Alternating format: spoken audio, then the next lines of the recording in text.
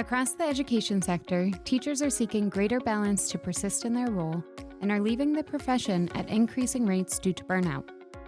We have learned that having insufficient time to plan for lessons and collaborate with peers, as well as having a large number of scholars who are behind grade level, are two major contributors to this burnout. This national challenge that our teachers face for sustainability and balance is directly connected to our scholars' outcomes. Hi, I'm Sonja Grant, Vice President of Network Initiatives for Alliance College-Ready Public Schools. Alliance is the largest charter network in Los Angeles, serving 26 schools and nearly 13,000 scholars. In the fall of 2023, two of our middle schools, Alliance College-Ready Middle Academy 4 in the South L.A. Watts neighborhood, and Valera Middle Academy in the Sun Valley area, launched Reimagining the Alliance Educator, an initiative designed to help Alliance get ahead of industry trends by increasing well-used planning time and providing additional support to scholars who are behind grade level. At our Reimagining the Alliance Educator pilot schools, we have more than doubled planning time for our teachers, created new targeted intervention opportunities for scholars, and significantly expanded enrichment opportunities at each school. Now, we hope to pass along what we've learned to give you tools for your own school in hopes of spreading this groundbreaking work. Alliance College-Ready Public Schools brings to you Reimagining the Alliance Educator, the podcast. Practical discussions and advice on finding greater balance for teachers and better outcomes for scholars.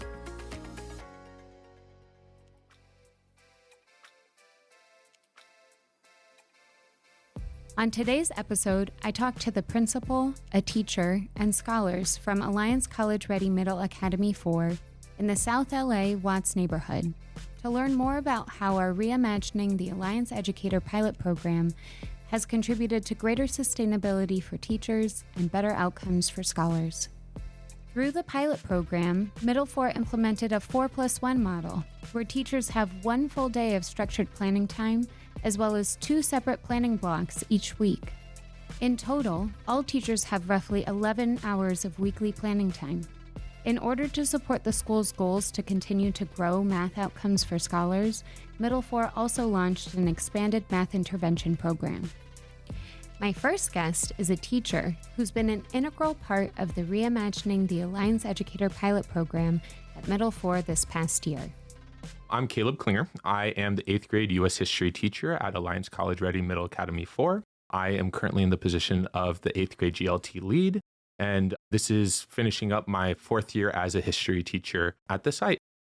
And for those of you who are unfamiliar with the acronym GLT, that stands for Grade Level Team. GLT leaders are responsible for conducting grade level meetings. This is, of course, on top of their regular teaching responsibilities. Happy to have you here today, Caleb. As a teacher, when do you feel the most fulfilled? It's scholar-based. So whenever scholars are understanding the connection between the rigorous material that I have created for them and kind of making that connection to their lives today, I feel like that's one of the biggest areas. I am constantly trying to tie in what we're learning in history to their lives. And as we go through, whenever students are able to make that connection, saying like, hey, is what we're learning like this that I heard? Or in their writing, making those connections, that's something that just makes me ecstatic. I love to see that progress in our students. What do you need in order to help achieve that fulfillment for yourself and outcomes for your scholars? I mean, there's a lot of different things pooling at being an effective teacher. It's planning. What does that look like? Grading, giving feedback to students, collaborating with other staff members, other teachers, making pivots to lessons when needed, and also personal education with that, among many other things. Putting that all together, one of the things that teachers need, and myself included, is more time. We see many teachers having 6-7 days worth of work that they're completing throughout week after week and trying to be the best teachers that they can. But what ends up happening is there's just so many things to do, but not enough time. What is the impact of that pull? I think that there's a lot of different impacts. Even though teachers want to do their very best and give their very best to students, grading turnarounds might be taking more time. Sometimes there's this pull from personal life. that might make it more difficult to feel energized and recharged. And so really just having more time is something that I hear time and time again, and with my life included, that teachers need just that more time. Mm-hmm. And so what has the impact of the Reimagining the Alliance Educator pilot been on your feelings of success, fulfillment, sustainability? Well, I mean, one of the key components starting off is definitely more prep time. I have much more time to plan engaging lessons, to respond to students that we have, right? We have a lot of different students with many different needs. And so students who receive SPED services or EL learners, I get more time now to make effective accommodations, modifications when needed. I can jump in with having more opportunities to communicate with parents. I can give timely feedback without strain, because I know that that's something that I found as a difficulty. I want to give my students feedback as soon as possible, but if I have a full week, it becomes much more difficult to give that effective feedback without any sort of strain or difficulty. That's wonderful. I can understand and really hear the impact that the expanded time has had on you as an educator and really being able to meet the needs of your scholars. Can you talk a little bit about whether you have observed a direct impact on your scholars, if you've observed a shift in your classrooms or a shift in scholar learning as a result? I definitely would say so. I think that one of the things that's been really helpful is having a planning day during the middle of the week allows me to pivot lessons. If I see that the scholars aren't understanding something in the lesson, right, I have a chance to recreate or kind of modify what we've been doing to try to help fill that need. I've seen a lot of joy around scholars this year, for sure, about the lessons that we have. And I know I've taken more time throughout this entire year to create them and to augment them and to just make them more in tune with things that they think are important, while also hitting the standards that I need to. It's given me more time to have mastery of the lessons themselves. That's so powerful, Caleb. Has there been any shift in how your kids feel in the classroom? One of the things that I've seen is students do see me at kind of a more refreshed state. I'm able to come in and give it my all. I know that one of the things that can be difficult for many teachers is always being on for their students, whether their students are having a tough day or there's something going on at home, or maybe they're struggling with something that happened at lunch, right? Always being on can be difficult. And I feel like I'm able to be on more often and without too much stress. I feel like I'm able to go around, answer questions with my students and just help them out with anything that they need. And I think that with the students themselves, I've been able to notice, especially whenever I'm able to give timely feedback, that they're able to understand the material a little bit easier, that they are able to take feedback that I'm giving them and apply it much quicker than I would have been able to in previous years. That's awesome. That must feel good. Yeah. That must feel really good. Yeah. The kids are great. They really are. They work really hard. We saw a lot of improvement this year, just anecdotally, just off of iReady, the test that we've had. I have some of our kids just improving like crazy. I've seen some of the push this year and just seeing kind of the growth this year from iReady and hoping for the different information and the feedback that we have from that. I hope that comes back well. It seems like it's positive, at least at this point. So yeah, it feels good. That's great. I know we're all keeping our fingers crossed.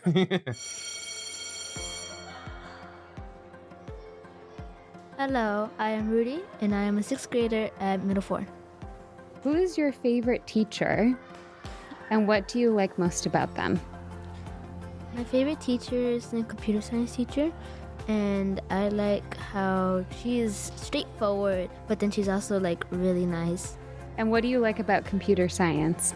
You can get the code, and you can mess around with it, and then you're like, does this work with this?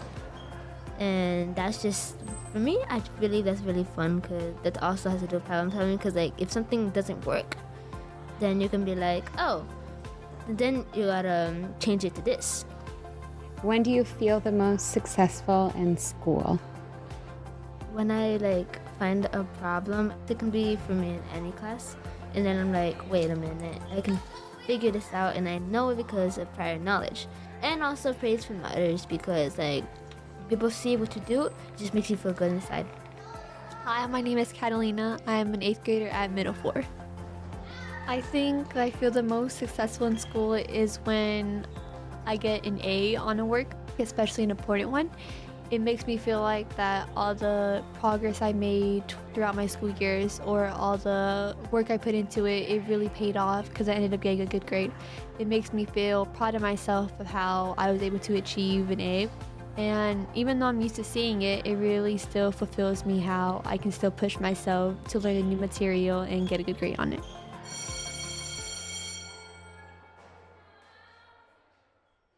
Alliance College Ready Public Schools. The school is small, so you really get to know your teachers and other students, and they also get to know you. But the school is also big. It has all these amazing programs, like robotics and theater and other cool clubs. Ready to expand your world? Alliance charter schools are free and open to all students. Enroll today at laalliance.org/enroll. I mean, they even call us scholars.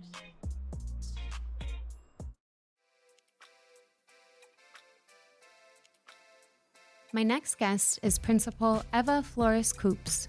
Hi, Eva. Welcome to our show. Hello, everybody. My name is Eva Flores-Coops, and I'm the principal at Alliance College Ready Middle Academy 4. I've been an educator for 17 years and am celebrating my 15th year at this school at Middle 4. Before becoming principal in 2020, I was a founding math and science teacher, a director of instruction, and an assistant principal. And quite frankly, the impact that our school has on this South Los Angeles community, Watts specifically, is what continues to fuel my calling here.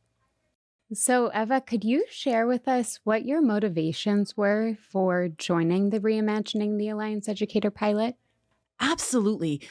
I'd say there were a lot of different reasons, but if I were going to narrow it down to the two main motivators, one, it was post-COVID, seeing an increase in scholar needs, both academically, but also socio-emotionally, paired with an increased enrollment of what we call our most vulnerable populations. So we have seen a consistent increase over our 15 years in the number of scholars who qualify as English learners, who qualify for special education services, and who are either in a homeless or transition housing setting.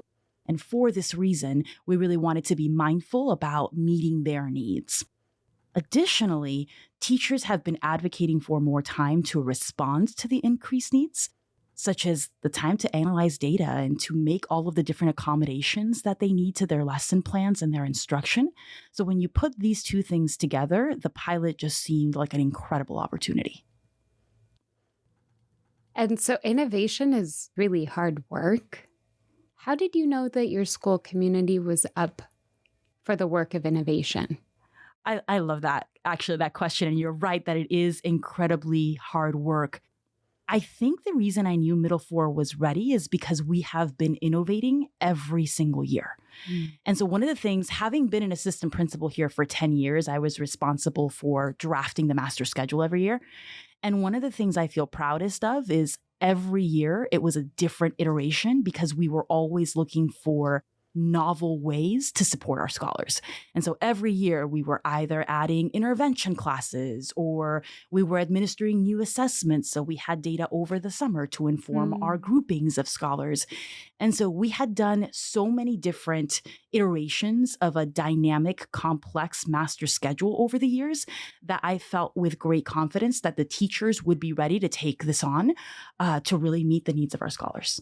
You had that muscle already. You had a very strong muscle in innovating around school schedules going into this, and it makes so much sense. If you've pivoted and you've iterated so many times, and now having that context behind how strong your muscle was going into this is really helpful. All right, so let's talk about progress. What progress have you seen in terms of sustainability of the teaching role as a result of this work? And if you could give an example or an anecdote that illustrates that, that'd be great. Sure. So when I think about the impact on the teachers specifically, first and foremost, it's the qualitative data. It's what teachers are saying. They report an increased balance in their role.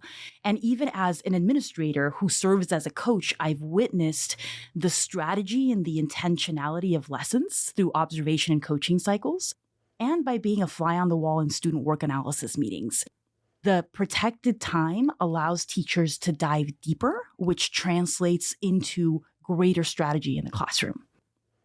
Now, in terms of the quantitative data, I actually have a really powerful data piece to share that I just got. So Middle 4 is in partnership with Valor, powered by Compass Schools, based out of Nashville.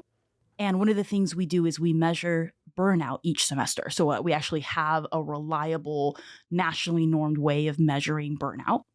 In fall of 2023, our score was at a 2.77 on a scale of 0 to 6. And by the end of spring, we were down to a 2.39, which is right around the national average of 2.4. So the fact that teachers are reporting a lowered sense of burnout, I think, is a testament to the impact of having this protected planning time. That's so incredible, Eva. That's wonderful. I hadn't heard that metric yet before, and I'm so happy to hear it. Congratulations. Thank you. And what progress have you seen in terms of scholar outcomes as a result of the pilot? So I'd say for scholars, it looks a little bit different because scholars aren't necessarily aware that they're participating in a pilot. The only difference they really feel is, well, on Mondays, we don't have history class, right? Or on Tuesdays, we don't have math. But our end of year assessment data looks promising. We had some very ambitious goals, both for growth as measured by iReady and also in terms of achievement as measured by CASP. And preliminary data indicates that we met all of our goals across the board, both in math and ELA. So as I think about like the teacher time and the preparedness that then translates into the classroom, the growth that students have been able to demonstrate is a testament to the impact the pilot is having on their experience too. I'm cautiously celebrating. Me too, just because it isn't official yet. But I know. The growth is real, and the kids feel it too. They're speaking to how proud they feel. iReady gives us immediate results, like literally in the moment, kiddos finish and they get their results back, and they're celebrating 2-3 years worth of growth because our schedule allows us to be that intentional, both in core classes and with the added intervention. What we're trying to capture is growth, right? And iReady does a really great job of that.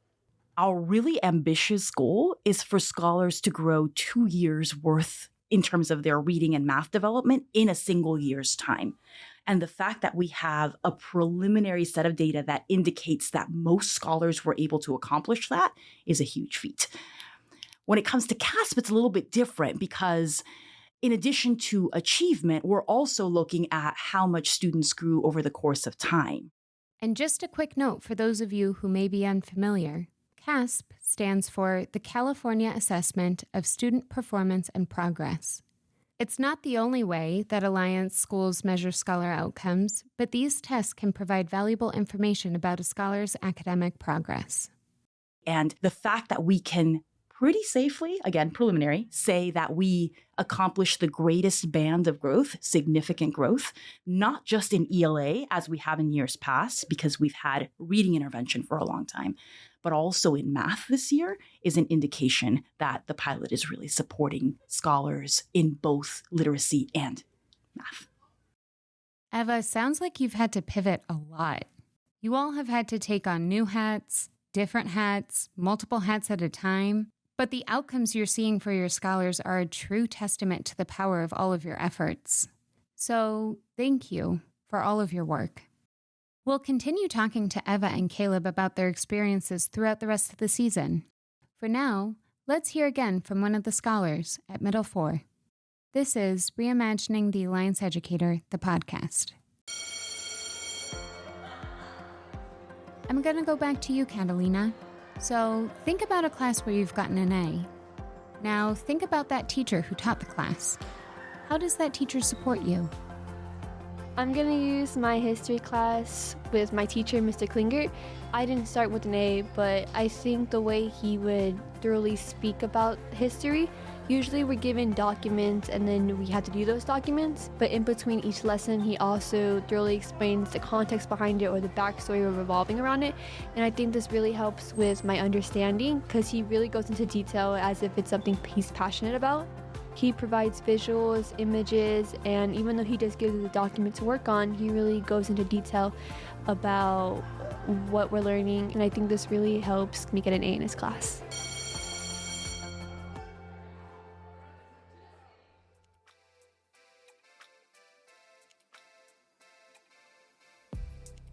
On the next episode of Reimagining the Alliance Educator, I'll talk to the principal and staff from our first high school to join the pilot. Still in the early stages of planning, they'll reflect on what the process has been like as they prepare for the upcoming school year. I think we ask a lot from our educators, and rightly so. Our students have a lot of need. I have no doubt that our teachers love our students and love the work that they do, but there's so much that needs to be done to help close that gap for our students, and the demand for educators has increased over time, especially after the pandemic. What teachers really need is more time and support. And so what I'm most excited about is ensuring that our educators have the time that they need to provide the support that our students deserve. That's episode 2 on Reimagining the Alliance Educator, the podcast. If you're interested in learning more about Alliance College Ready Public Schools, in becoming an educator or enrolling your child, visit laalliance.org. Or if you're already a part of the Alliance community and are interested in the Reimagining the Alliance Educator program, reach out to your school leader. Let them know you think this is a good idea and ask for more information on how your school can join. And don't forget to rate the show. It really helps spread the word, which will hopefully inspire more schools to try something new. Reimagining the Alliance Educator, the podcast, is produced by the Alliance College Ready Public Schools Home Office team, with producer and writer Monique Madrid, Jace Stewart, and myself, Sonja Grant. Sound and editing was done by Jacob Tumino and Travis Thompson. Alliance's CEO is Pablo Villavicencio. Special thanks to Middle Forest Principal Eva Flores-Coops, teacher Caleb Klinger, and our scholars Rudy and Catalina. Brought to you by Alliance College Ready Public Schools.